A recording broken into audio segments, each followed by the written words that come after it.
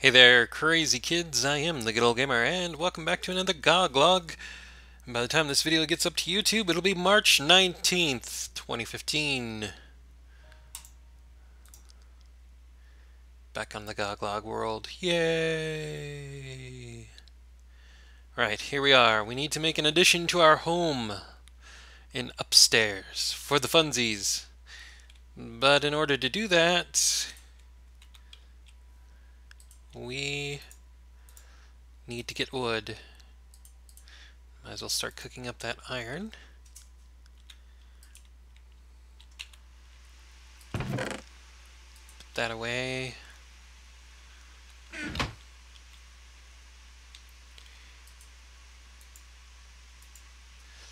Have just enough for a few sticks. That'll be enough to give us some tools.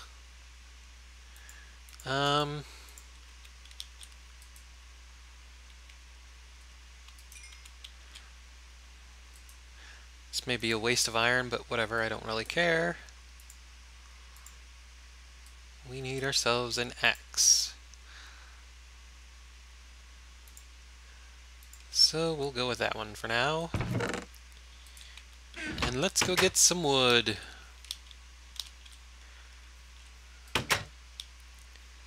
Alright, so I guess I can talk about some stuff while I'm chopping trees. First thing I wanted to talk with you guys about in the vloggy here is that, well, a discussion on texture packs, or resource packs, I guess as they're known these days here in Minecraft. My buddy Mindfiend mentioned that he likes the look of the old school painterly pack textures that I have here. I have a mix of, if you couldn't tell, default textures and painterly textures. Painterly textures are some of the things like the glass that you see, the glass panes, because they don't have the glaring lines in the middle of them. I think the door is painterly, the bed is painterly. Most of the things are default textures, but a few of them are upgrades here and there to things I like in the painterly pack. Like I think the apples and the mutton there are painterly textures, that sort of thing. It's kind of a mix and match of the different textures that I like. I'm sure I made a video of this earlier on when I made the pack a few months ago, but that's basically all it is. Anyways, he was mentioning how he likes the old school look of it and painterly pack and stuff, and I know that he personally likes the more higher res textures. I think he uses his own combination of Faithful and other custom textures in his sort of texture pack, resource pack, or whatever you want to call it. But he likes the higher res ones.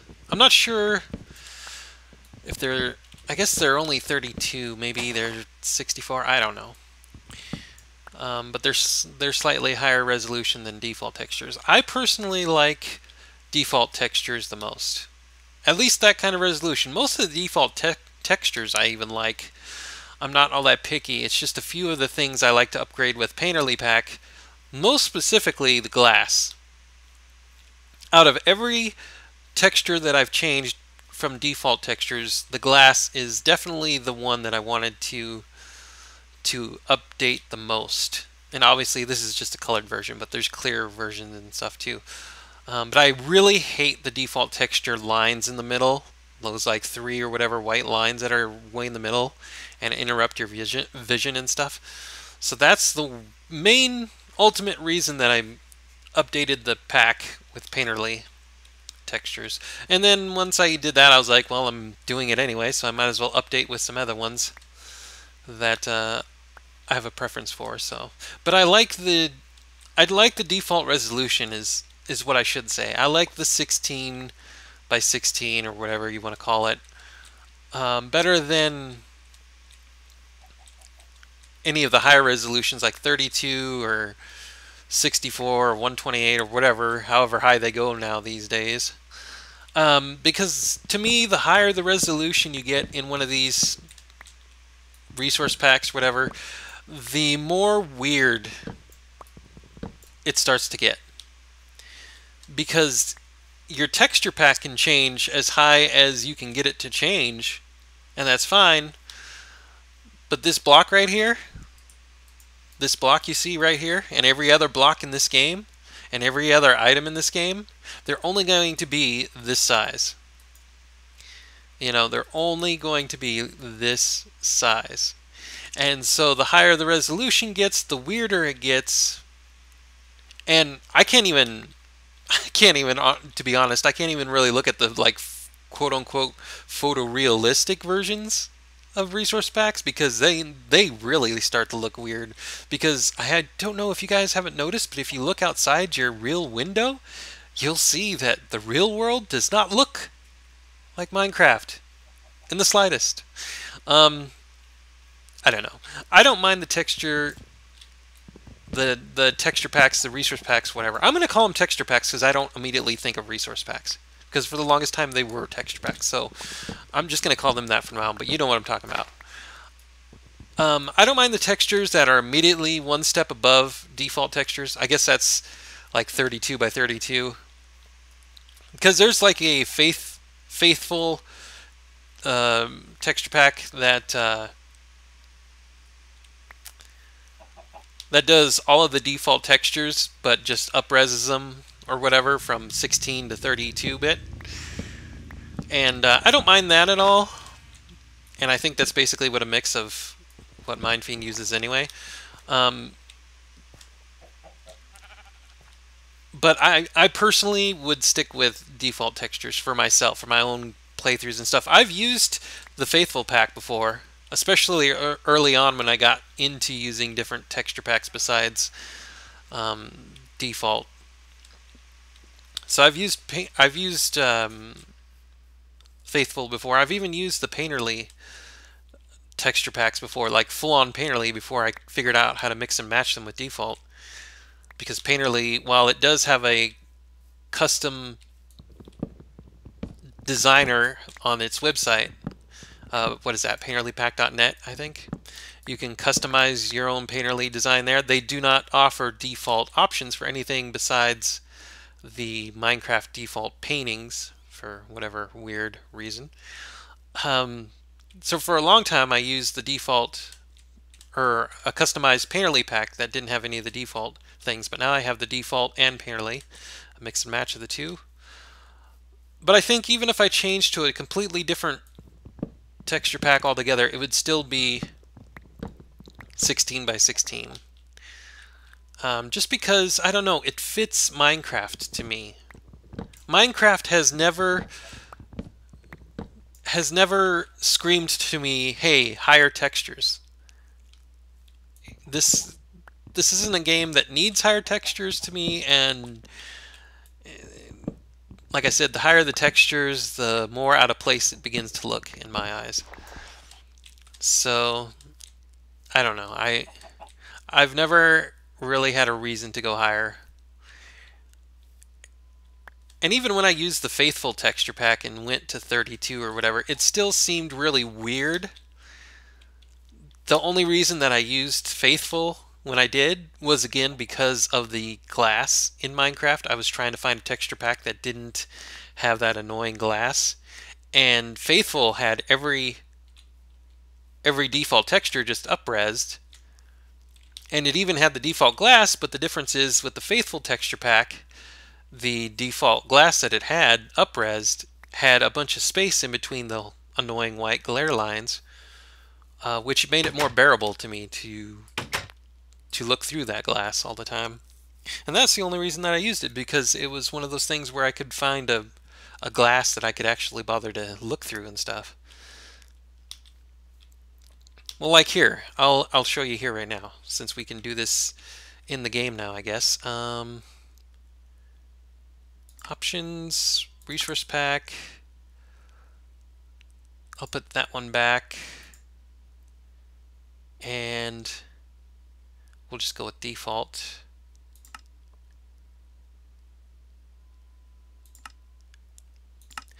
Now, because this is colored glass, you don't see the glare lines as well. This is default colored glass. But you can still see that they're there. Those default glare lines right there. Well, in regular glass, they're really, really obnoxious because they're pure white. It's like you can't see through them at all, and they just get in the way, and that bugs me to no end. I'm so glad I found a way to customize the texture pack in a way that I can get that out of there. But that's just, you know, a personal preference on my part.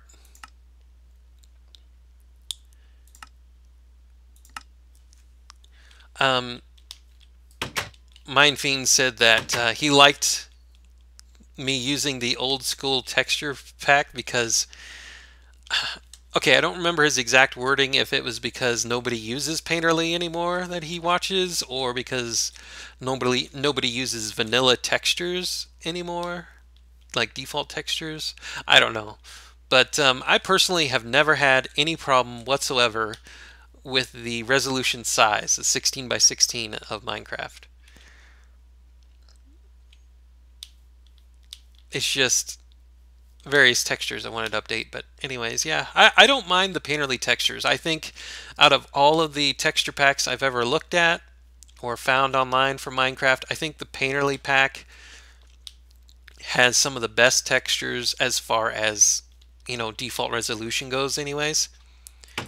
I really like the look of it. And like I said, even if you don't want to or don't know how to go through the effort of combining default textures with Painterly Pack textures, you can still go to the Painterly Pack website, painterlypack.net, I think it is, and you can customize on their website, pick and choose from the millions, I wouldn't say millions, the tens if not hundreds of options that Painterly provides.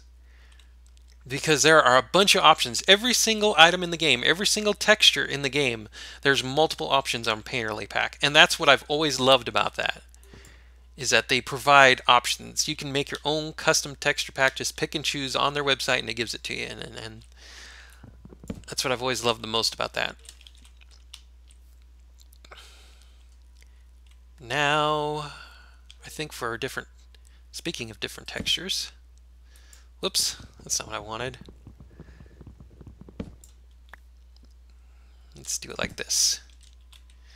I want to make a spiral staircase here. I'm not entirely sure how to do it yet. But,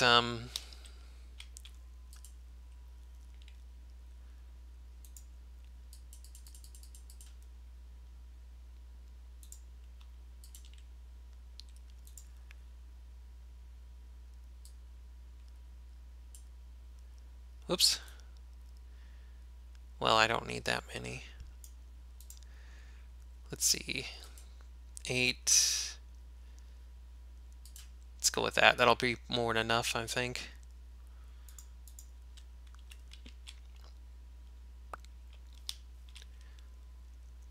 Okay, so we'll do that.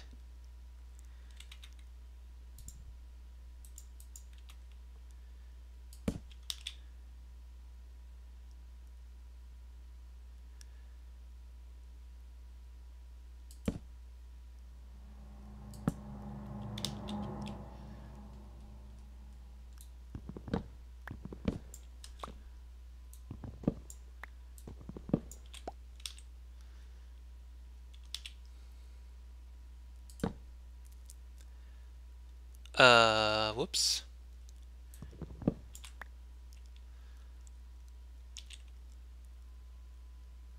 No, wait, that's right?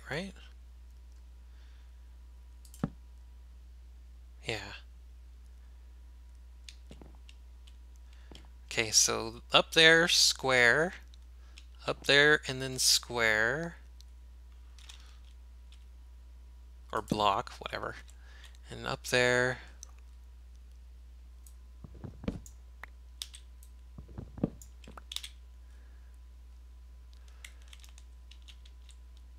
Block. And there. Lovely. Now, question is, do we need that there? No, we don't. Okay, we got ourselves a stairway.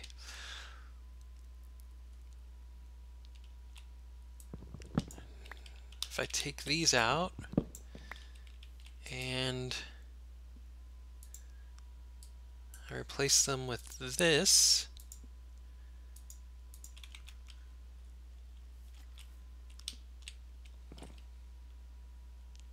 there, and there, that'll give us a little bit more room. And we can still get up here, right? Yep, just like that. Okay. So now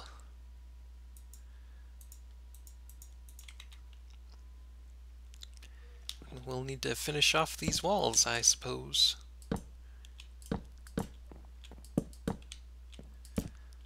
So yeah, that's, I don't know, he mentioned that in his comment about the Painterly pack I use and how it was good to see those textures and stuff. And I agree. I mean, if you want to stay in the default textures resolution, but you don't want to use vanilla textures, Painterly is definitely something I would ask you to go at least look at, because they got a lot of options.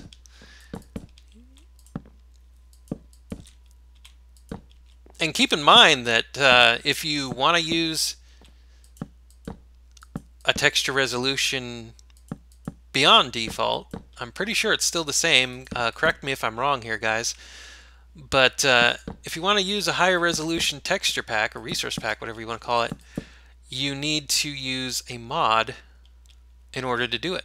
Whether that's Optifine or something else these days. I think MC Patcher used to do that, where it would allow for higher resolution texture packs, because I don't think, unless that's changed, I don't think Minecraft supports higher texture packs on its own. I think you need to install a mod in order to do that. And if you don't want to go through all the effort of doing that, for any number of reasons, and I don't blame you, I don't like going through that effort either, then again, you know, the only options really available to you at that point would be a default resolution texture pack. And like I said, for me at least, Painterly has definitely been the best option when it comes to that. But like I said, I like the vanilla textures just fine, most of them. I upgraded some of them, but if it wasn't for changing the glass texture, I don't think I'd even have bothered. I think I would have still had default textures.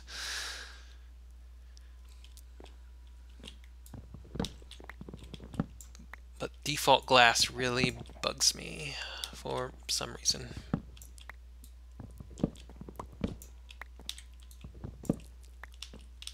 Whoop. I know in the bottom level I put glass practically all around, except in the very corners, but I decided I'm not going to this time. Wait, what? Oh, continues on to there. I didn't mean to do that either. Let's go out and pick up that extra bit of wood. And the other brief thing that I wanted to talk about, again, since I've been talking about it in the previous vlogs, might as well continue the discussion, is the Steam library first impressions look that I've been thinking about doing. I'm still in the development phase of the series. I haven't actually done much of anything with it yet, but it's still an option. And Mindfiend also made the comment about, I don't know if he was impressed or not that that I have, like, what is it, 569 games or something like that. But he made the comment of something along the lines of, wow, that amount. And keep in mind that by and large, most of my games in my Steam library are ridiculously cheap, or at least they were when I got them, because most of them came from Steam sales.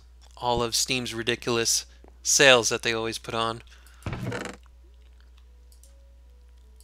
So Yeah, I have 560 something, 569 um, games in my Steam library, but it didn't cost me $569 to to get them. Where did that go? Whatever. Let's see. 1, 2, 1, 2, 1, 2, 1, 2. Okay, so I would need 5 if I'm going to make a cross or anything like that. I only have 4. Lame.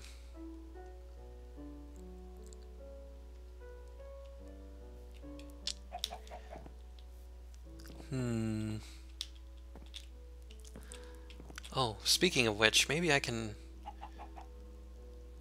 Can I put that on there and still get down? No. Well, darn.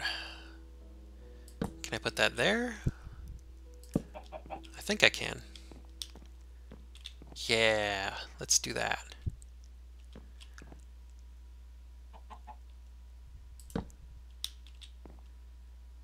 Yeah, that's kind of nice. Yeah, we'll do that.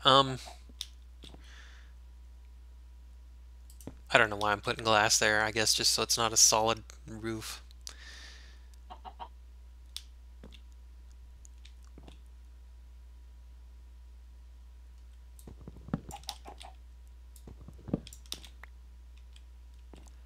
Ew. I don't know how I'm going to get up there. I guess I could do...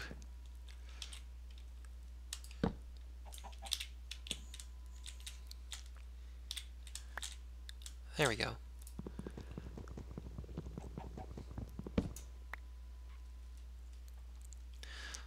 So anyways, I'd say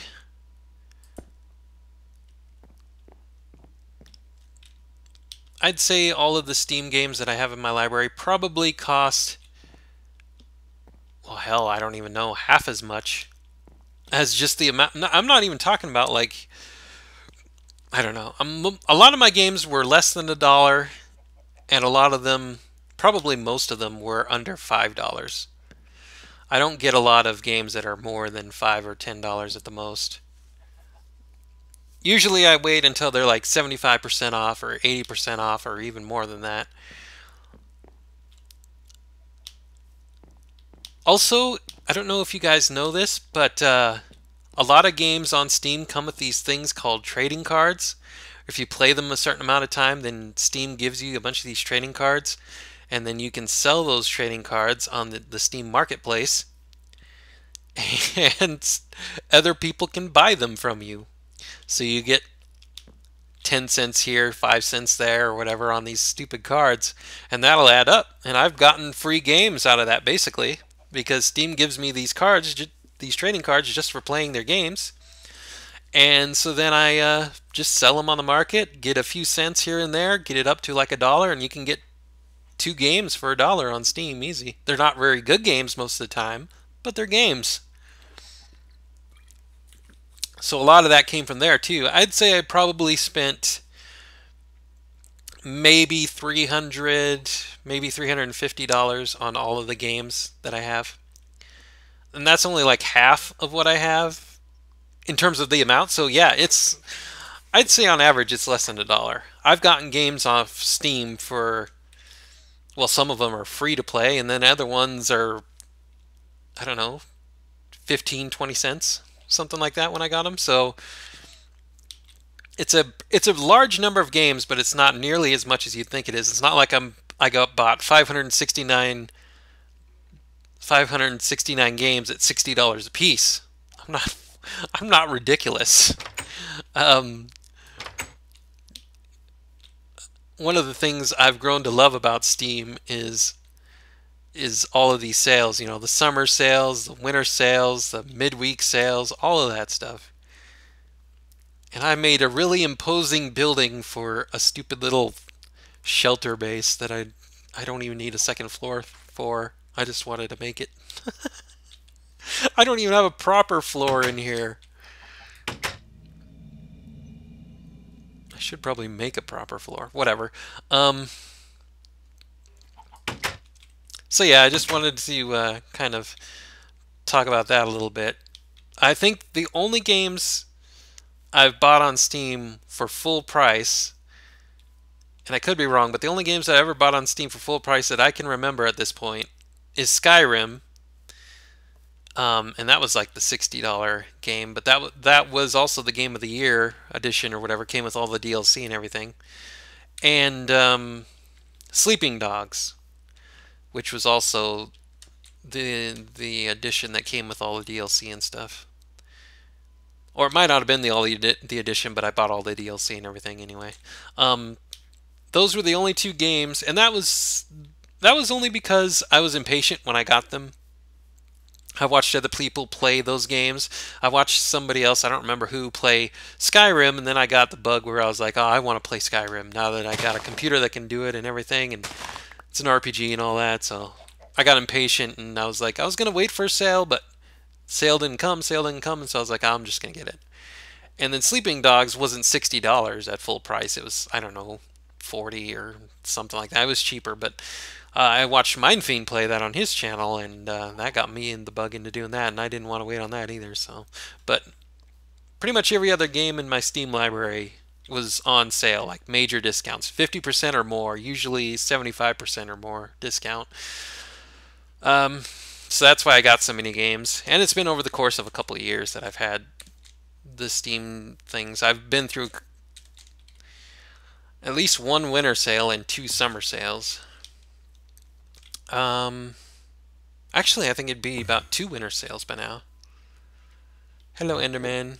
And I know you can't see it because I'm not looking directly at the Enderman, but this is the painterly version that has a tie, I believe.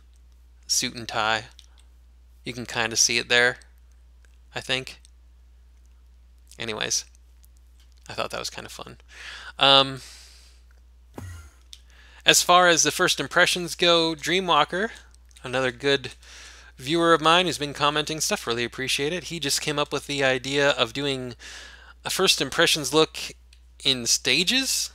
Play the game for the first 20 minutes or so, give a first impressions, and then if I like it from there, play it for another hour, and then on my own, off camera, and then give another impressions and that sort of thing. And it was a really developed process, and well, this Enderman is stupid walking on the water and stuff. I don't know what his problem is, but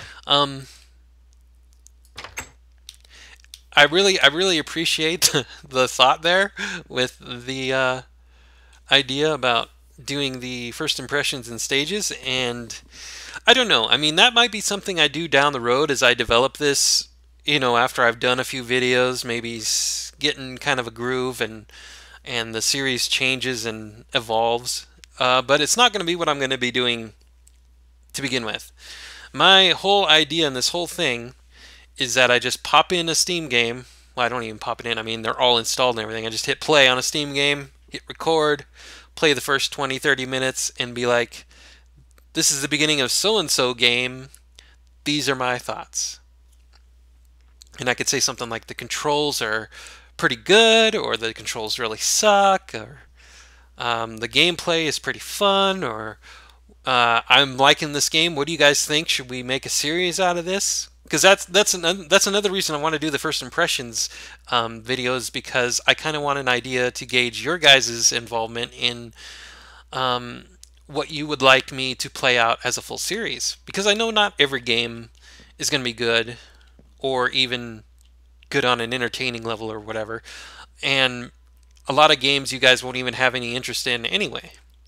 And that's fine. That's part of the reason. But I'm curious to see, if I really get into a game, I might want to make a series out of it. If you guys really get into watching the first 20 or 30 minutes, you might want to see the whole series on it. Maybe you're interested in what happens next. Maybe you are kind of on the fence of getting it for yourself, and you're like, well, this is just the beginning, just a tutorial. They're going easy on you. How challenging does this game really get? And so on. And maybe you might want to see a series out of that for that kind of reason. I don't know. Maybe you're like my buddy Mindfiend, and you think that the first beginning part of every game is going to be a tutorial and you want to get past that point and then see how the real game is, and maybe that would be something to consider. I don't really know. I mean, like I said, I got probably too many games to ever make a full series on for all of them, but I wouldn't be opposed to making series out of some of them if I really like them, if you guys really like them, that sort of thing. So that's another reason to do that. But I really do think that my beginning format for this series will be just the first 20 or 30 minutes of a game. Just the introductory, just the bite of the hook of the fishing line, if you get what I mean. Because tutorials or not, the game has to reel its audience in, or it's not going to have an audience. And that could be through cutscenes, that could be through character interaction, that could be through gameplay, that could be through graphics, that could be through setting, that could be through any number of things. But we'll see. You know, I'm not dismissing your ideas, Dreamwalker, in any way as far as doing the multiple stages and stuff. That might even be what my series evolves into. That would be the next logical step, at the very least, is to have my series develop like that. Especially if you guys get into it, if I get a lot of good feedback from it, if you guys think, hey, I love your first impressions, but I would like to know a little bit more about the game, that sort of thing. What do you think about the game after a certain point? Or would you keep playing this game? Or that sort of thing. I don't know. And that would be a natural progression. But I think, Dreamwalker, your 3 steps are about 3 steps ahead of mine. Or, well, 2 steps, because your first step is basically the step that I want to take to begin with. But I do appreciate those suggestions, definitely. And I could see where you're coming from with that. And ultimately, if I had more time to do it, I would do it your way, because that does seem like a more informative, more overall, general sort of thing. Like I said, a natural progression for the series and stuff. But that said, I don't really have a lot of time to invest in that. If I go with the modified route of playing a game for 10, 20 minutes, whatever, just to get used to the controls, and then actually record those 10 or 20 minutes, whatever, that's an extra 20 minutes right there that I would have to find time for. And I really only have time for a couple of videos a night at most, 2 or 3 maybe. It depends on the night. So I don't know. I kind of have to keep it down, because remember, this first impression series isn't the only series I got going on my channel. I got Bountiful Minecraft going. I got this vlogging thing going. Last night I recorded another run of FTL. It didn't get very far, which kind of sucks. I only made it to section 3, but whatever. I'm not really great at that game anyway. But I got that series going. I've got Skyrim, Jade Empire. I want to do the DLC on Sleeping Dogs. I've already got so many series on my plate. I even got the Renegade run of Mass Effect that I barely started and didn't keep going for a long time. And all of those series take time as well, so yeah, I don't know. I just wanted to address those comments and feedback, because you guys are awesome, and I love that you're giving me feedback, that we're having a discussion that's just not, I don't know, me talking to nobody. It's nice to know that people are still watching and still interested in what I'm doing. And if you guys have any more advice, any more cool ideas or anything, feel free to let me know. I mean, you've already given me things to consider and think about and adapt to and stuff, and I love it. I'm so glad that I got you guys that do talk to me about those sorts of things and want to be a part of the program and be a part of the community and that sort of thing. Because as much as this is my hobby and I'm just doing this for the fun of it and I don't get paid for it or anything like that, at the same time, it's also, I don't know, it's also a community-driven thing. Your feedback matters, your interest matters. If nobody was watching, I don't think I'd still be doing this, So, and it's funny, because as quiet as my audience is, like at this point, I really only have 2 or 3 commenters on my videos. As quiet as my audience is, I keep getting subscribers almost every day. I get 1 or 2 subscribers. Um, but nobody lets me know what's going on. Nobody lets me know what they're liking, what they're watching. That's another thing I wanted to ask you guys. Random comment question of the day. If you've made it this far into this video, this entirely way too long vlog video by now, what have you been watching on my channel lately? Is it just the videos I've been uploading recently? Did you watch anything while I was gone on my little hiatus? Um, that sort of thing. I'm kind of curious where the interest in my channel lies in terms of my viewership. What sort of series are you most interested in me recording? Is it Minecraft or FTL or Skyrim, Jade Empire, Mass Effect, any number of the other games that I have going? What's been the most fun sort of videos uh, you've watched me do? What's the general vibe that you have for my channel? What sort of content would you like to see? What sort of series? Don't get me wrong, I'll be playing whatever it is I want to play to